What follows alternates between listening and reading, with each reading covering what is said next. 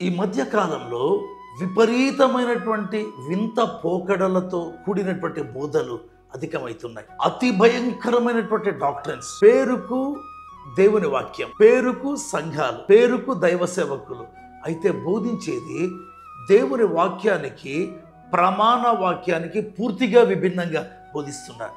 అసలు ఏంటి కారణం?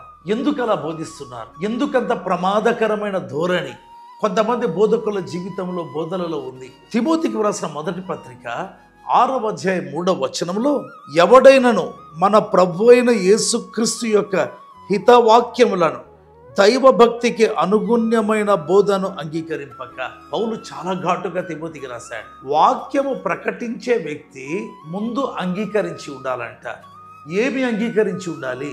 అదే వచనము ఇంగ్లీష్ బైబిల్లో ప్రాపర్ టీచింగ్ అంగీకరించాలి. ఆ సేవకునికి ముందు మంచి టీచింగ్ ఉండాలి. మంచి టీచింగ్ ఉంటే తర్వాత మంచి ప్రీచింగ్ ఉంటుంది. టీచింగ్ అనేది లేక ప్రీచింగ్ చేసే బోధకులు చాలా ఎక్కువ మంది ఉన్నారు.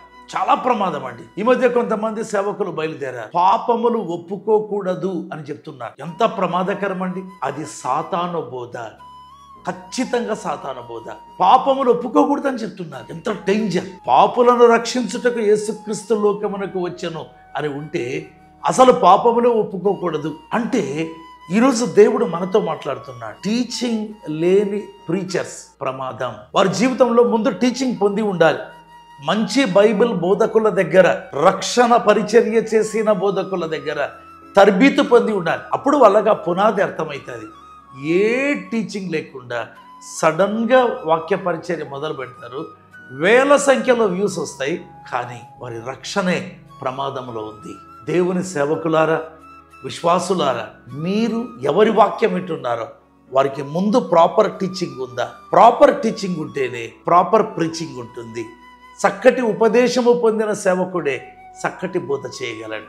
దేవుడు మీతో మాట్లాడుగాక. ఆమేన్.